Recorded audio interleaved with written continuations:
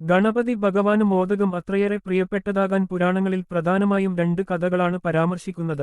കൂടാതെ ഇതിന് വലിയൊരു തത്വചിന്താപരമായ അർത്ഥവുമുണ്ട്.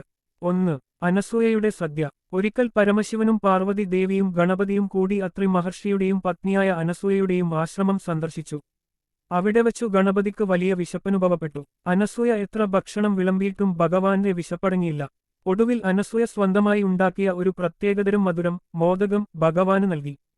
അത് കഴിച്ചയുടനെ ഗണപതിയുടെ വിശപ്പ് പൂർണ്ണമായും മാറുകയും വയറുനിറഞ്ഞ് 21 തവണ ഏമ്പക്കം വിടുകയും ചെയ്തു.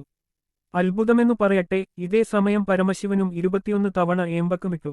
ഇതിൽ അതിയായ സന്തോഷം തോന്നിയ പാർവതീദേവി ഗണപതിക്ക് മോദകം ഏറ്റവും പ്രിയപ്പെട്ട ഭക്ഷണമായിരിക്കുമെന്നും ഭഗവാന് മോദകം നിവേദിക്കുന്ന ഭക്തരിൽ അദ്ദേഹം എളുപ്പം പ്രസാദിക്കുമെന്നും അനുഗ്രഹിച്ചു. 2.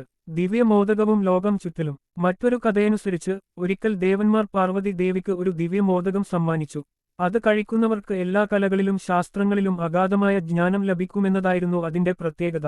തന്റെ പുത്രന്മാരായ ഗണപതിക്കും സുബ്രഹ്മണ്യനും ഇത് നൽകാൻ ദേവി ആഗ്രഹിച്ചു.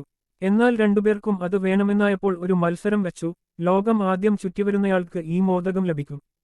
സുബ്രഹ്മണ്യൻ തന്റെ വാഹനമായ മയിലിലേറി വേഗത്തിൽ ലോകം ചുറ്റാൻ പോയപ്പോൾ ഗണപതി തന്റെ മാതാപിതാക്കളായ ശിവനെയും പാർവതിയെയും 3 തവണ വലം വെച്ചു.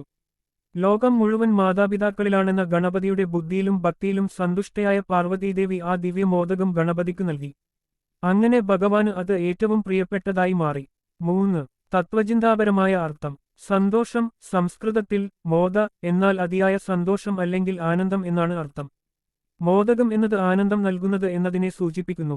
ആത്മീയ ജ്ഞാനം. മോദകത്തിന്റെ പുറംഭാഗം അരിപ്പൊടി കൊണ്ട് നിർമ്മിച്ചതും വെളുത്തതുമാണ്. ഇത് പുറമേയുള്ള അറിവിനെയും ശുദ്ധിയെയും കാണിക്കുന്നു.